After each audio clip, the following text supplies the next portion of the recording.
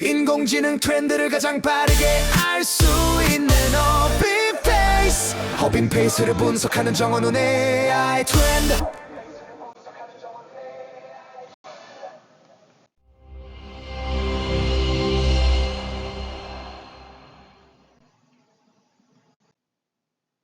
인공지능 트렌드를 가장 빠르게 알 수 있는 허깅페이스. 허깅페이스를 분석하는 정원훈의 AI 트렌드입니다.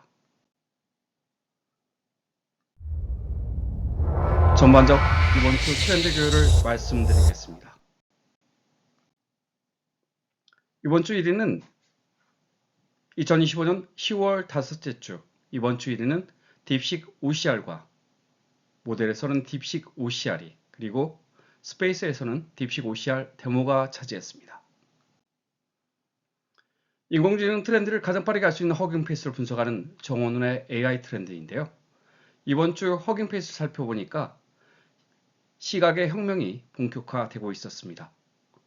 AI가 이제 글을 읽는 것을 넘어 보는 방법을 터득했고 2D 이미지에서 3D 세계를 재구성하며 텍스트와 이미지를 동시에 이해하는 진정한 멀티모달 시대가 열렸습니다. 특히 중국 AI 기업들의 약진이 두드러졌는데 지난주에 이어 2주 연속 1위를 차지한 딥식의 압축 기술, 그리고 미니맥스의 효율적 에이전트 모델, 텐센트의 3D 재구성 기술이 모두 작고 빠르지만 강력하다는 공통점을 보였습니다. 이번 주도 퀴즈로 시작해 보겠습니다. 230억 개 파라미터를 가졌지만 실제로는 100억만 활성화되어 클로드 소넷보다 2배 빠르고 가격은 8%에 불과한 코딩 에이전트는 무엇일까요?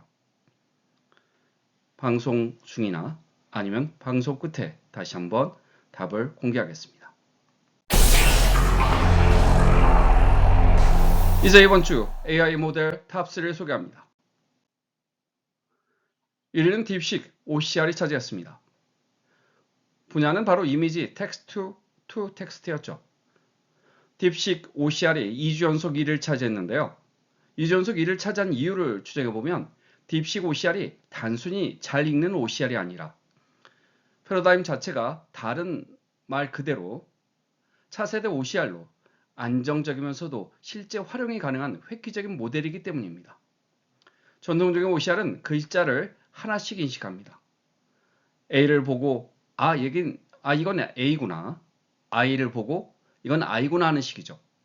반면 딥식 OCR은 문서 전체를 이미지로 보고 이해합니다. 마치 우리가 책을 읽을 때 글자 하나하나가 아니라 단어와 문장 전체를 인식하는 것처럼 말입니다. 핵심은 컨텍스트, 광학 압축입니다.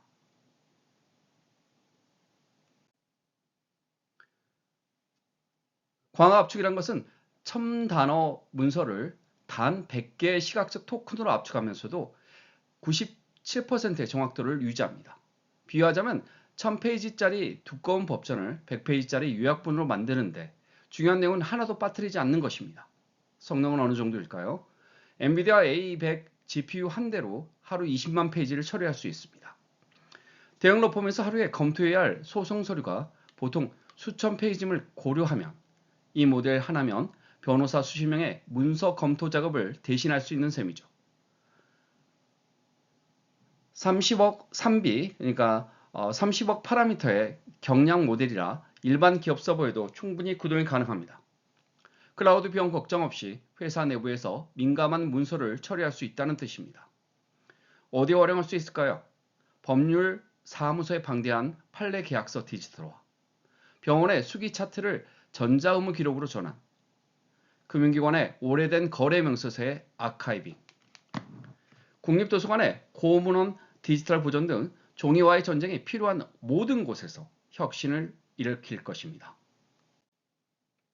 위에는 미니맥스 M2입니다. 역시 텍스트 제너레이션이죠. 즉 문자를, 그러니까 글을 생성하는 모형이라고 할 수 있습니다. 중국 미니맥스가 내놓은 M2는 에이전트와 코딩을 위해 태어난 모델입니다. 미니맥스, 이름이 참 재치있죠? 미니, 작고요. 맥스, 최대의 조합. 작지만 최대 효과를 낸다는 자신감이 엿보입니다. 총 232, 즉 2300억 파라미터를 가졌지만 실제로는 10B 100억 파라미터만 활성화되는 MOE Mixture of Export 구조입니다. 이게 무슨 의미냐고요? 종합병원에 230명의 전문의가 있다고 상상해 보세요. 환자가 골절로 왔다면 정형외과 의사 10명만 투입하고요. 감기로 왔다면 내과 의사 10명만 투입합니다. 230명 전체가 매번 회진을 돌 필요가 없는 거죠. 이렇게 하면 속도는 빠르고요. 비용은 절감되고요. 각 분야 전문가가 담당하니까 품질도 최상인 것입니다. 가성비는 어떨까요? 클로드 소넷 대비 가격은 8% 수준이면서 속도는 2배 빠릅니다. 게다가 Artificial Analysis, 즉 집회한 오픈소스 모델 중에서 코딩과 에이전트 작업에서 글로벌 1위를 차지했습니다. 작고 빠르고 저렴한데 성능까지 최고라니 AI계 샤오미라 불려도 될 만하죠? M2는 클로드 코드, 커서, 클라인과 같은 인기 코딩 도구와 완벽하게 통합되어 엔드-투-엔드 개별 워크플로우를 지원합니다. 쉘 명령어 실행, 웹 브라우징, 파이썬 코드 작성 및 실행 등 복잡한 다단계 작업을 안정적으로 처리하죠. 특히 인상적인 건 도구 호출 능력입니다. 일반 AI는 날씨 알려줘라고 하면 날씨 API를 호출하세요라고 답합니다. M2는 직접 날씨 API를 호출하고요. 데이터를 가져와서 사람이 이야기 쉽게 정리해서 보여줍니다. 진짜 일 잘하는 후배 같은 AI죠. 어디서 활용할 수 있을까요? 스타트업의 제품 개발 자동화, 기업 내부 업무 자동화 에이전트 구축, 그리고 고객 지원 챗봇의 고급 기능, 그러니까 주문 조회하거나 아니면 환불 처리하는 등이에요. 그 다음에 데이터 분석 리포트 자동 생성 등 사람이 하기엔 반복적이고 AI가 하기엔 복잡한 작업들을 완벽하게 소화할 것입니다. 3위는 훈유한 월드 미러입니다. 이미지 투 3D인데요. 텐센트가 훈유한 월드 미러는 텐센트의 훈유한 월드 미러는 이미지나 비디오를 입력하면은 포인트 클라우드, 다시점 깊이, 카메라 파라미터, 표현 법선, 3D 가우시안 등 다양한 3D 표현을 단일 패스, 즉 원 포워드 패스로 생성하는 피드 포워드 모델입니다. 전문용어가 좀 어렵죠? 쉽게 풀어보겠습니다. 스마트폰으로 방안을 이리저리 찍은 그런 여러 장의 사진을 업로드하면 AI가 이 방은 가로가 4m, 세로가 5m, 높이 2.5m 공간이고 창문은 남쪽에 있고 가구는 이렇게 배치되어 있구나라고 이해해서 완벽한 3D 모델을 만들어주는 것입니다. 이 모델의 핵심은 멀티모달 프라이어 프롬프팅 메커니즘입니다.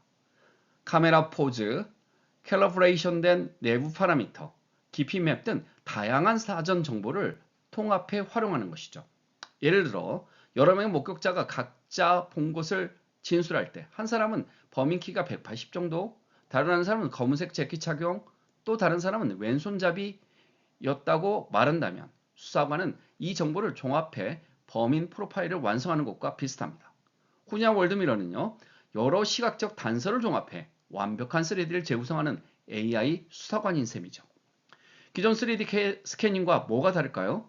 기존 방식은요, 라이다 같은 고가 장비가 필요했습니다. 훈이한 월드미러는 일반 카메라로 찍은 사진만 있으면 됩니다. 부동산 중개업자가 매물 촬영할 때 쓰던 그 카메라로 3D 가상 투어를 만들 수 있다는 것입니다. 어디에 활용할 수 있을까요? 건축사무소의 현장 3D 스캔 및 설계 검토, 문화재청의 역사 유적 디지털 아카이빙, 이커머스의 상품 360도 뷰 자동 생성, VR 게임 개발자의 실제 공간을 게임 앱으로 변환시키거나 부동산 플랫폼의 가상 투어 서비스 등 현실을 디지털로 옮겨야 하는 모든 분야에 활용합니다. 다시 한번 표현해 볼까요? 메타버스의 시대가 한물 갔었잖아요.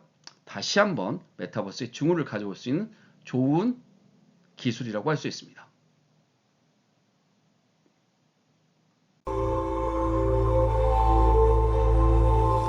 마지막으로 AI 트렌드 인사이트 이번 주를 정리해 보겠습니다. 이번 주의 트렌드를 4가지로 정리해 보았습니다. 첫째, 시각 이해의 혁명입니다. 이번 주 3개 모델 모두 시각과 관련이 있었죠.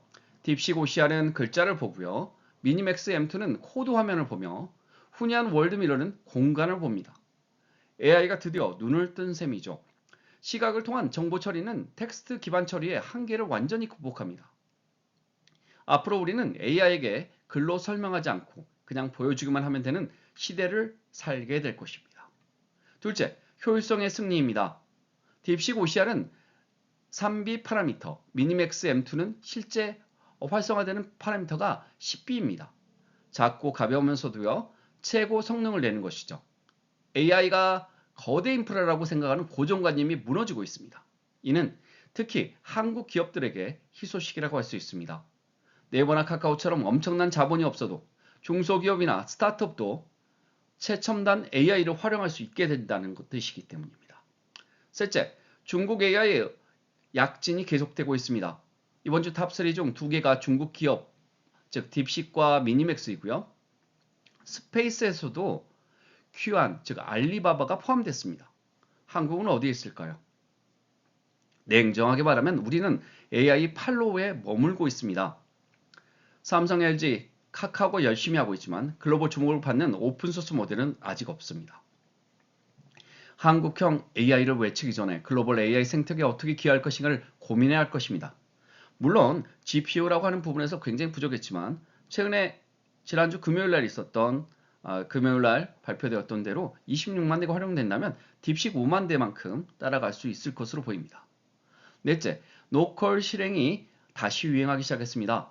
나노챗 웹10 GPU가 보여주듯이 AI를 클라우드가 아닌 로컬에서 실행하려는 움직임이 거세지고 있는 거죠. 이유는 프라이버시, 비용, 속도, 규제 측면에서 클라우드보다 확실한 우위를 보여주고 있습니다. 데이터가 외부로 안 나가니까 당연히 프라이버시가 보호되는 거죠. 클라우드 AIP가 들어가지 않습니다. 또한 속도 면에서도 네트워크 지연이 없죠. 규제 면에서도 GDPR 개인정보보호법이 확실히 보호되고 있습니다. 앞으로 클라우드 대 로컬 중 하나를 선택하는 게 아니라 민감한 작업은 로컬에서, 무거운 작업은 클라우드에서 처리하는 하이브리드 전략이 표준이 될 것입니다. 이번 주 워킹페이스는 AI가 눈을 뜬 주간이었습니다. 물론 퀴즈 답은요, 미니맥스 M2였죠. 자, 글자를 읽지 않고 보고, 즉 딥식 OCR이죠. 2D 모델에서 3D 세계를 재구성하고 후니안 월드미러고요. 화면을 보고 작업을 수행하는 QN3VR 시대가 바로 열린 거죠. 다시 한번요. 글자를 읽지 않고 보고요. 2D 사진에서 3D 세계를 재구성하고요. 화면을 보호하고 작업을 수행하는 시대가 바로 열린 겁니다. 특히 인상적인 건 이 모든 혁신이 작고 빠르고 효율적이라는 공통점을 가지고 있다는 점입니다. AI는 이제 거대함을 과시하는 시대를 지나 얼마나 똑똑하게 자원을 활용하는 경쟁으로 접어들었습니다. 그리고 솔직히 말하면 중국 AI 기업들의 약진이 부럽고 두렵습니다. 우리는 무엇을 하고 있을까요? 한국형 AI를 외치며 폐쇄적으로 개발할 것인가? 아니면 글로벌 오픈소스 생태계에 적극 참여하며 존재감을 키워갈 것인가? 선택의 기로에 서 있습니다. 바로 어느 정도 GPU가 갖춰진다면 우리가 고민해야 될 부분입니다. 또한 그 틈새 시장을 노릴 필요도 있다고 저는 생각합니다. 다음 주에는 또 어떤 혁신이 우리를 놀라게 할까요? 11월 첫째 주 더 흥미진진한 AI 트렌드로 찾아뵙겠습니다. 감사합니다.